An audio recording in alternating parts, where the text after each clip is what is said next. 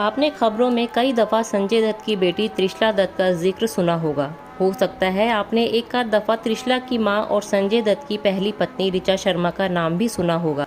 लेकिन आप में से कई लोग ऐसे होंगे जिन्हें ऋचा शर्मा के बारे में बहुत ज्यादा जानकारी नहीं होगी। ऋचा शर्मा का जन्म 6 अगस्त 1963 को हुआ था। कहा जाता है कि इंदिरा गांधी की सरकार के दौरान ऋचा शर्मा के पिता की पोस्टिंग अफगानिस्तान में हुई थी। उन दिनों भारत की तरफ से अफगानिस्तान में पहले चाइल्ड हॉस्पिटल का निर्माण कराया जा रहा था। ऋचा के पिता उस अस्पताल के निर्माण का जिम्मा देख रहे थे। वो अस्पताल बनने के बाद ऋचा के पिता सन 1971 में परिवार सहित अमेरिका सेटल हो गए थे। ऋचा उन दिनों काफी छोटी थी। ऋचा की पढ़ाई लिखाई अमेरिका में हुई थी। स्कूल में ही ऋचा एक्टिंग में दिलचस्पी लेने लगी थी और लगातार नाटकों में लीड रोल प्ले करती थी। एक्टिंग से ऋचा को कुछ इस कदर प्यार हुआ कि एक दिन अपने परिवार से इजाजत लेकर वो अमेरिका से बॉम्बे यानी मुंबई आ गई और सीधे देवानंद से मिलने उनके ऑफिस चली गई। उन दिनों ऋचा महज 14 साल की थी। देव साहब ने ऋचा से कहा, तुम अभी बहुत छोटी हो, तुम पहले अपनी पढ़ाई खत्म कर लो, मैं तुम्हारा नंबर लिख कर रख लूंगा, तुम भी मेरा नंबर नोट कर लो, जब तुम्हारे लिए कोई काम होगा तो मैं तुम्हें बुला लूंगा। के बाद ऋचा वापस अमेरिका चली गई।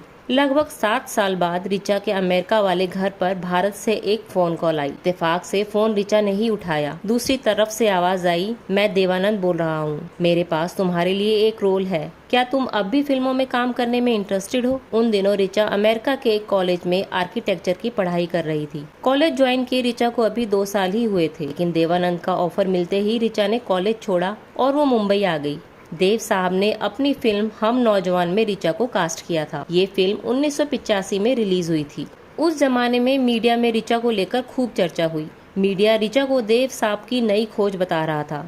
ऋचा की तुलना जीनत अमान और टीना मुनीम से होने लगी। हम नौजवान तो बॉक्स ऑफिस पर कोई खास करिश्मा नहीं कर सकी, लेकिन ऋचा को बड़े बैनर्स की फिल्में जरूर ऑफर होने लगी। 1986 में ऋचा अनुभव फिल्म में दिखी, जिनमें उनके अपोजिट शेखर सुमन थे। इसी साल ये अनिल कपूर के अपोजिट फिल्म इंसाफ की आवाज में नजर आई। 1987 में ऋचा सड़क छाप में दिखी और फिर इसी साल ये दिखी अपने करियर की 5वीं और आखिरी फिल्म आग ही आग में। इसी साल यानी 1987 में ऋचा और संजय दत्त की पहली मुलाकात हुई थी। दरअसल संजय दत्त की एक फिल्म का मुहूर्त मुंबई के सी रॉक होटल में था। इत्तेफाक से ऋचा भी अपनी बहन के साथ वहां मौजूद थी। ऋचा ने जीन्स और मल्टी कलर टॉप पहना था। ऋचा के लुक्स संजय दत्त को बहुत अट्रैक्टिव लगे और पहली नजर में ही संजय दत्त ऋचा को अपना दिल दे बैठे। ऋचा के जाने के बाद संजय दत्त ने उनके बारे में काफी खोजबीन की। इसी तरह संजय दत्त को ऋचा का नंबर मिल गया। एक दिन संजय दत्त ने ऋचा को फोन किया और अपने साथ डेट पर जाने के लिए पूछा। ऋचा ने भी संजय को हाँ कह दिया। इसके बाद तो संजय और ऋचा अक्सर मिलने लगे। मुलाकातों का ये सिलसिला जल्द ही प्यार में बदल गया। ऋचा से पहले संजय दत्त कई लड़कियों को डेट कर चुके थे, लेकिन ऋचा उन्हें औरों से अलग लगी।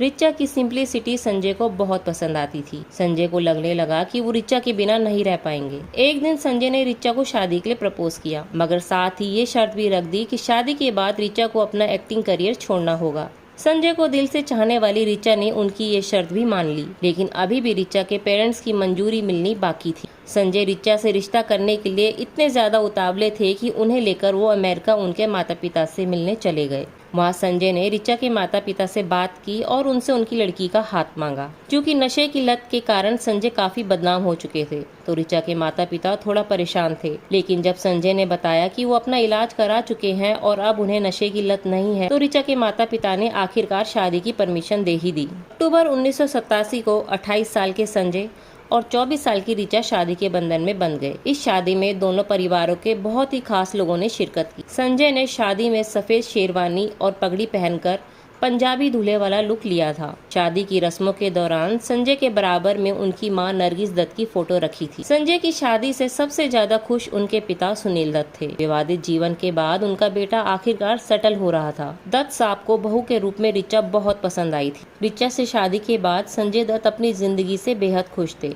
एक आम भारतीय पत्नी की तरह ऋचा रोज घर पर संजय का इंतजार करती थी और फिर उनके साथ खाना खाती थी। संजय को अपनी जिंदगी पहले से ज्यादा अच्छी लगने लगी। जल्द ही ऋचा के प्रेग्नेंट होने की खबर भी आ गई। पिता बनने के ख्याल से ही संजय बहुत एक्साइटेड थे। 10 अगस्त 1988 को ऋचा ने एक बेटी को जन्म दिया। दत्त परिवार ने बेटी का नाम रखा त्रिशला दत्त। संजय को लग रहा था कि उन्हें अपनी जिंदगी में हर वो खुशी मिल गई जो उन्हें चाहिए थी, लेकिन संजय और ऋचा की इस खुशी को जल्द ही किसी की काली नजर भी लग गई। त्रिशला उस वक्त महज 4 महीने की थी जब ऋचा को पहली दफा सिर में भयंकर दर्द हुआ। उसके बाद दर्द का ये सिलसिला चलता ही रहा। शुरू में किसी ने भी ऋचा के सिर में होने वाले इस दर्द को गंभीरता से नहीं लिया, लेकिन कुछ महीनों बाद जब संजय और ऋचा एक रिश्तेदार के यहाँ दिल्ली आए हुए थे तो अचानक ऋचा की तबीयत खराब हो गई। ऋचा ने डॉक्टर से मिलने का मन बनाया। क्योंकि संजय दत्त को फिल्म की शूटिंग के लिए मुंबई निकलना था तो ऋचा को रिश्तेदार के पास छोड़कर वो मुंबई जाने के लिए दिल्ली एयरपोर्ट पहुंच गए। संजय दिल्ली एयरपोर्ट पर बैठे थे कि तभी अनाउंसर ने उनका नाम लेकर कहा कि उनके लिए एक अर्जेंट कॉल है। हैरान संजय ने वो कॉल रिसीव किया। दूसरी तरफ वो डॉक्टर थे जो ऋचा का चेकअप कर रहे थे। डॉक्टर ने संजय दत्त से कहा कि वो अपनी मुंबई की टिकट कैंसिल कर दें और तुरंत उनके क्लिनिक आ जाए। संजय ने डॉक्टर से ऋचा के बारे में पूछा तो उसने कुछ भी फोन पर बताने से इनकार कर दिया। मजबूर संजय को डॉक्टर के क्लिनिक ही जाना पड़ा। क्लिनिक पहुंचकर संजय ने देखा कि ऋचा के सिर पर MRI स्कैन हो रहा है। डॉक्टर ने बताया कि ऋचा को ब्रेन ट्यूमर है। ऋचा के ब्रेन ट्यूमर की खबर जैसे ही दत्त परिवार और शर्मा परिवार को मिली, वहां हाहाकार मच गया। ऋचा को तुरंत इलाज के लिए अमेरिका लाया गया। अमेरिका में ऋचा को कीमोथेरेपी के कई सेशन से गुजरना पड़ा। 3 दफा ऋचा की ब्रेन सर्जरी भी हुई। इस दौरान संजय दत्त कभी अमेरिका रहते और कभी वो शूटिंग के चलते भारत में होते। फिर एक वक्त ऐसा भी आया जब संजय दत्त फिल्मों में इतने बिजी हो गए कि उन्हें ऋचा का ध्यान ही नहीं रहा। दूसरी तरफ अमेरिका में ऋचा की तबीयत में कुछ सुधार होने लगा। ऋचा अपने माता पिता की देखभाल में रह रही थी। उनके साथ उनकी नन्ही बेटी त्रिशला दत्त भी थी। इसी दौरान मीडिया में संजय दत्त और माधुरी दीक्षित के अफेयर की खबरों ने जोर पकड़ना शुरू कर दी। ये खबरें जब बहुत ज्यादा बढ़ गई तो ऋचा से रहा नहीं गया। वो संजय से मिलने अमेरिका से मुंबई आ गई। ऋचा की बहन ऐना ने एक इंटरव्यू में बताया, संजय दत्त ऋचा से मिलने तक नहीं आए। ऋचा ने पूरे 2 घंटे तक मुंबई एयरपोर्ट पर संजय दत्त का इंतजार किया। बाद में संजय दत्त और ऋचा के रिश्ते में कभी भी पहले जैसी ताजगी न आ सकी। नजदीकियां अब बहुत ज्यादा चुभने लगी तो ऋचा और संजय ने अलग होने का फैसला कर लिया और तलाक के लिए अर्जी दे दी। ऋचा की सेहत पर इस घटना का भी बहुत बुरा असर पड़ा। ऋचा अंदर तक टूट गई।